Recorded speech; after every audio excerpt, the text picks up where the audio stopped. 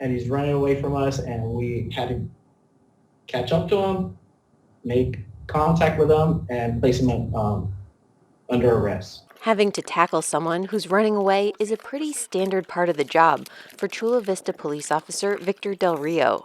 But the coronavirus pandemic makes it far more complicated.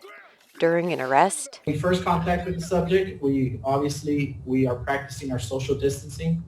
We stayed within 6 feet from him.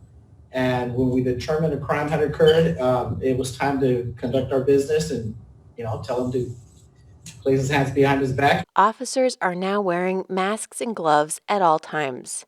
But an arrest is still an arrest, and they have to come in close contact with people to do their jobs. Del Rio says it's instinctual.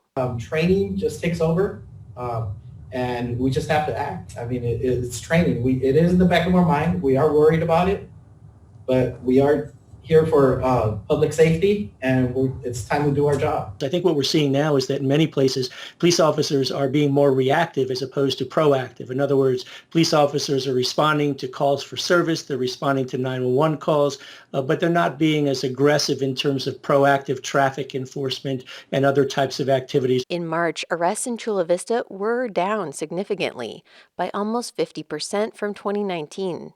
San Diego police wouldn't make an officer available for an interview, but their arrests were also down.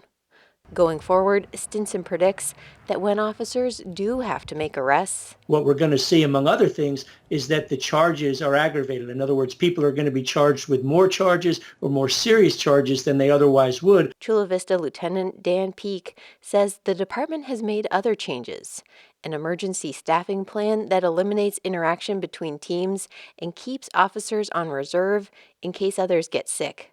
He says there's constant stress. We may have officers now that have child care issues, just like anybody else in the world right now.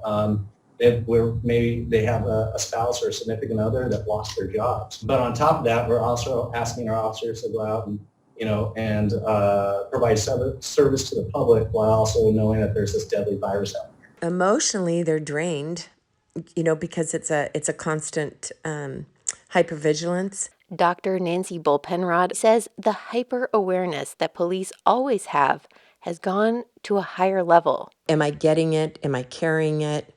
The person I just was around and, arrested or put in the back of my patrol car or took to jail, do they have it? Law enforcement, they're instant gratifiers, they wanted it yesterday. So it's really hard for them to be patient and just say, okay, this is what we're in now.